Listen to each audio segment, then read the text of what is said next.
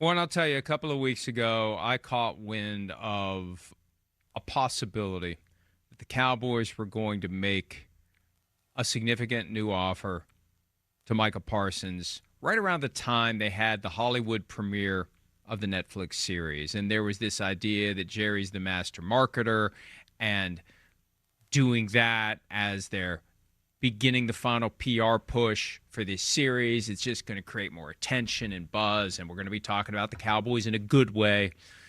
And I poked around a little bit to see if, and obviously I got to protect my sources, but I poked around a little bit to see if there was any validity to that and whether or not it would work. And what I got back, it wasn't definitive, but it was that ship might have sailed as relates to the willingness of Micah Parsons to take that deal. Now, it's easy to say it until you find out whether or not the ship actually sails.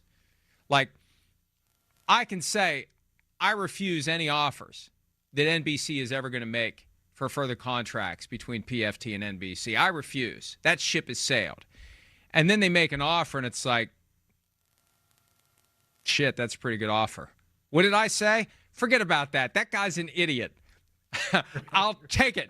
So I think that if they drop $45 million a year in new money with a good structure that guarantees the first 3 years of the deal and then has rolling guarantees where they can't get out of it, if he's there for his third year, the fourth year is guaranteed. Like, they've done structures like that haven't been great for the team but have been great for the player, then maybe he would. But I wonder, and I go back, it's been 3 weeks now. It feels like 3 years. It's been 3 weeks since Micah Parsons posted his message on social media that he wants out.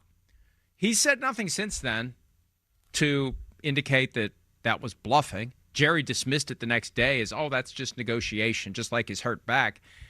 I don't know. And the point that I think predominates for me, the stuff that Jerry said yesterday to Michael Irvin, this may be his last-ditch Hail Mary to try to get this done by week 1. It may be the last nail in the coffin for the relationship between Micah Parsons, Jerry Jones, and the Cowboys.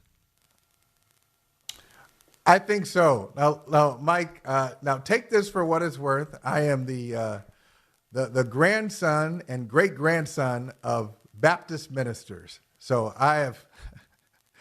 Oh, my goodness. I've spent a lot of time listening to sermons and at church and at home, believe me. So when Micah Parsons puts Micah 7:8 on his social media, I said, okay, I remember this from my Bible study. So Micah 7:8, he puts it there, and that is, Micah 7:8 is a response to total corruption and total loss of faith in everybody around him. So the prophet is saying, wow, I don't trust my friends. I don't trust my neighbors. Sons, don't trust your fathers. Daughters, don't trust your mothers. There's been a total perversion of justice. That's what he has. That's what he has on his social media. And the kicker is, but hey, God will be my light in the end. So he's putting that out there. Now, once again, if you get the right contract, okay, well, that was in antiquity. I was just putting that out there. That's one of my favorite verses. That could all go away with the right contract. But it just gives you a little glimpse of how he's thinking right now. What he's trying to say is, I don't like the way this is going down. I have not been treated fairly, and I don't want to be associated with the Cowboys. We've been around long enough, Mike, where we've seen these things change. I remember when Kyler Murray scrubbed his social media too, and what is he now? The franchise quarterback for the Cardinals. He's got a nice deal. We've seen situations like this before, and how they resolve themselves. I can think more of resolutions, and I'm having a hard time thinking of players who have been in this situation and have ultimately moved on to another team. That usually doesn't happen. But right now, it's fair to say he's extremely upset by what the Cowboys are doing. Stephon Diggs has managed to tweet his way and talk his way out of teams twice now. From Minnesota to Buffalo and then from Buffalo to the Houston Texans. So it's not unprecedented, but it doesn't happen very often. And maybe I'm just more of a New Testament guy. I wasn't sure that the Micah 7:8 thing was even real. I thought it was like Austin 3:16. I didn't know that was a quote. I don't carry my Old Testament around. And like I said, I'm more of a New Testament guy, not to be confused with someone who, when asked, are you Old Testament or New Testament, says, oh, equal, both. I am more of a New Testament guy. I think those lessons are more applicable to what, we're expected to do by a loving God, not a vengeful God. But regardless, now that you share that little tidbit, oh boy, that changes the way I'm thinking of it.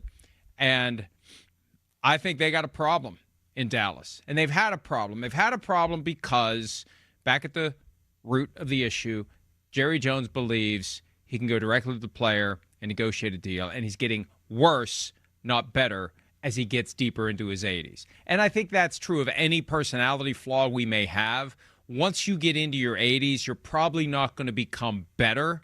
You're probably going to become worse at that thing you've always done and you got away with when you were younger, and you've made it this far. Who's stopping me now?